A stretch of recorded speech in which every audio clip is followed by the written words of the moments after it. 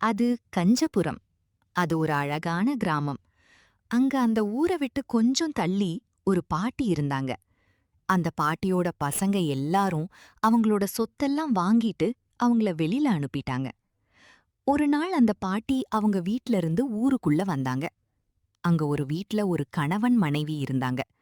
அவங்கள பார்த்து அந்த பாட்டி என்ன சொன்னாங்கன்னா, அம்மாடி! சீதா, ரொம்ப பசியா இருக்குது. கொஞ்சம் சாப்பாடு இருந்தா போடுமா? என்னால உடம்பு முடியல. என்னால சமைக்க முடியல. கொஞ்சம் சாப்பாடு இருந்தா கொடுத்து உதவி பண்ணுமா? இந்த வயசான காலத்துல ரொம்ப கஷ்டப்படுறேன். பாட்டி, யாருக்கு தான் கஷ்டம் இல்லை? எல்லாருக்கும் கஷ்டம்தான். இந்த ஊரில் எல்லாரும் கஷ்டம்தான் படுறாங்க. அதுக்காக நான் எல்லாருக்கும் உதவி பண்ண முடியுமா? நீ கஷ்டப்படுறன்னு நான் என்ன பண்ண முடியும்? என்கிட்ட வந்து உதவி கேட்குற. உனக்கெல்லாம் என்னால் உதவி பண்ண முடியாது பாட்டி. வேற எங்கேயாவது போ. ஆமா பாட்டி, எல்லாருக்கும் நாங்க இரக்கம் காமிச்சிட்டு இருந்தா எங்களுக்கு யாரு இரக்கம் காண்பிக்கிறது?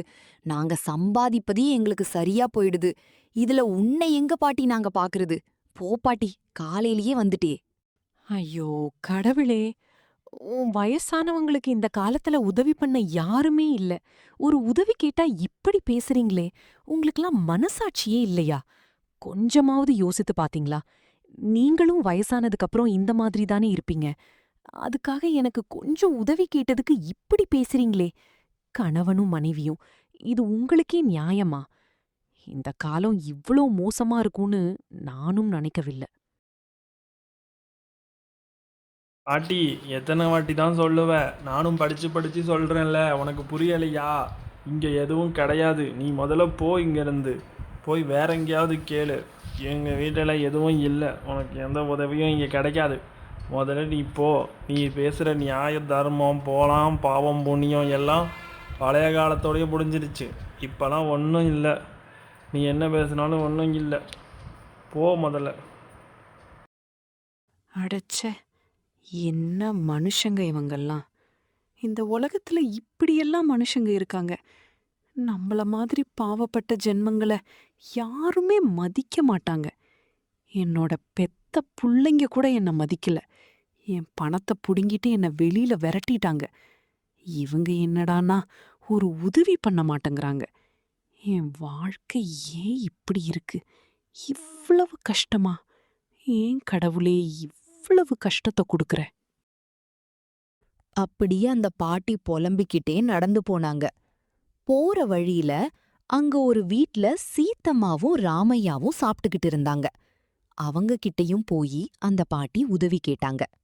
தம்பி, எனக்கு யாரும் இல்லப்பா. காலையில இருந்து நான் சாப்பிடாம பசியில இருக்கேன். கொஞ்சம் உதவி பண்றீங்களாப்பா? இன்னொருத்தவங்க கிட்ட கேட்டேன். அவர்கிட்ட உதவி பண்ணலப்பா. இல்ல, ரொம்ப கஷ்டப்படுத்திட்டாங்க. நீங்களும் உதவி பண்ணுங்க. பாட்டு, உடனே நான் இந்த ஏரியாவில் பார்த்ததோ இல்லை. நீ எங்கே இருந்து வாரே? இதுக்கு முன்னாடி நான் உன்னை பார்த்ததே இல்லையே. நீ இப்படி வந்து என்கிட்ட சோறு கேட்குறையே. அரிசி என்ன விலை விற்கிது தெரியுமா? தக்காளி காய்கறி எல்லாம் என்ன விலை விற்குதுன்னு உனக்கு தெரியுமா? நீ இப்படி ஓசியில் சாப்பிட்டு போன என் வீடு இனத்துக்கு ஆகும். நீ எங்கேருந்து வாரே? உனக்கு இங்கே சாப்பாடுனா இல்லை. என் பத்னி எதுவும் சமைக்கலை. நீ வேணா என் பத்னிக்கிட்டே கேட்டு பாரு. நம்பள் எப்பவும் உண்மைதான் சொல்வான். ஹே பாட்டி, எங்க வீட்ல ஒன்னும் சோறு இல்ல. எங்க வீட்லயே அரிசி இல்ல, காய்கறி இல்லன்னு நாங்களே கஷ்டத்துல இருக்கோம். இதுல நீ வேற சாப்பிட வந்த. உன்ன மாதிரி இன்னும் 10 பேரு சாப்பிட வந்தானா எங்க நிலைமை என்னத்துக்கு ஆகுறது? வரவுங்க போறவங்களுக்கெல்லாம் சோறாக்கி போடுறதுக்காக என் புருஷன் சம்பாதிச்சு வருகிறானா? இவனுக்கு ஆக்கி போடுவதே பெருசு.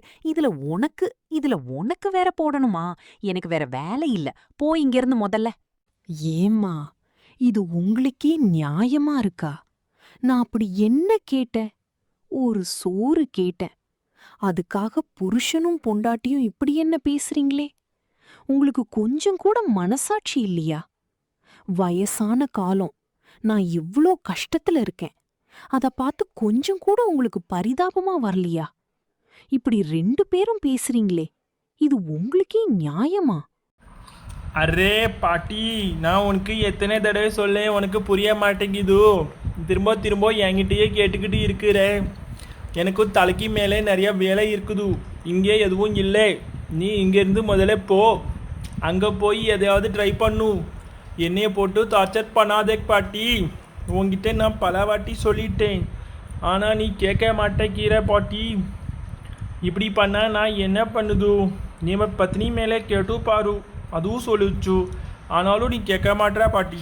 அப்படின்னு சொல்லிட்டு ராமையாவும் சித்தம்மாவும் வேகமா உள்ள போய் கதவ மூடிக்கிட்டாங்க. அந்த பாட்டி ரொம்ப சோகமாயிட்டாங்க. அவங்க அப்படியே நடந்து போய் ஊருக்கு நடுவுல இருக்கிற மரத்துக்கிட்ட நின்னு இப்படி சொன்னாங்க. இந்த உலகத்துல யாருக்குமே மனசாட்சி இல்ல. இந்த உலகத்துல யாருக்குமே இரக்கம் இல்ல. இந்த உலகத்துல யாருக்குமே நல்லது நினைக்க மாட்டாங்க. ஏன் இப்படி நடக்குது?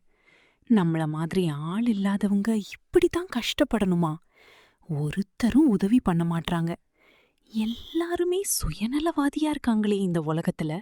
அப்படின்னு சொல்லிக்கிட்டே அந்த பாட்டி மயங்கி விழுந்துட்டாங்க. பாவம் அந்த பாட்டி. அட பாவிங்களா, ஒரு பாட்டியை இப்படி அநியாயமாக சாகடிச்சிட்டிங்களடா. அவங்க என்னடா கேட்டாங்க? உங்ககிட்ட உதவி தானடா கேட்டாங்க. அவங்களுக்கு உதவி பண்ணனாலும் அன்பாவாச்சும் சொல்லி அனுப்பிச்சிருக்கலாமடா. இப்படி ஆளாளுக்கு அவங்கள திட்டி அவங்கள காயப்படுத்தி இப்படி அவங்கள போய் சேர வச்சிட்டிங்களடா. நீங்கள் தான் நல்லா இருப்பீங்களாடா? இந்த ஊரில் மழை பெய்யுமாடா? ஏன்டா இப்படிலாம் பண்ணுறீங்க? இல்லை ஏமலை இப்படி பண்ணுதீங்க? பண்ணையாரையா, நம்பல் எதுவும் பண்ணலை. அந்த பாட்டிக்கும் நமக்கும் எந்த சம்மந்தமும் கிடையாது. அது யாருன்னே தெரியாது. இது எப்படி வந்துச்சுன்னு நமக்கு தெரியாது. நீங்கள் ஏன் அதை பெருசு பண்ணுறீங்க? இதை இப்படியே போட்டுடுங்க. நம்ம இதில் போட்டு நான் உங்களுக்கு கடைசி காரியம் பண்ணிடலாம். பண்ணி வேலையை முடிங்கள். ஏன் போட்டு எல்லாரையும் இது பண்ணுறீங்கள்? அந்த பாட்டி இறந்ததுக்கு அப்புறம் அந்த ஊர்ல எல்லாரும் வருத்தப்பட்டாங்க. அந்த பாட்டிக்கு இறுதி மரியாதை செஞ்சாங்க. ஆனா இதுல நாம தெரிஞ்சுக்க வேண்டிய விஷயம் என்னன்னா, அவங்க இருக்கும்போது அவங்கள யாருமே மதிக்கல. அவங்களுக்கு யாருமே உதவி பண்ணல. ஆனா அவங்க போனதுக்கு அப்புறம் எல்லாரும் வருத்தப்படுறாங்க. அவங்களுக்கு உதவி பண்ணியிருக்கணும்னு நினைக்கிறாங்க. இது எந்த மாதிரி இந்த உலகம் இருக்குன்னு தான் தெரியல. ஒருத்தவங்கள இருக்கும்போது அவங்களுக்கு மரியாதை கொடுங்க. அதுதான் நமக்கும் நல்லதும் அவங்களுக்கும் நல்லது. இதுதான் இந்த கதையில சொல்லுவாங்க.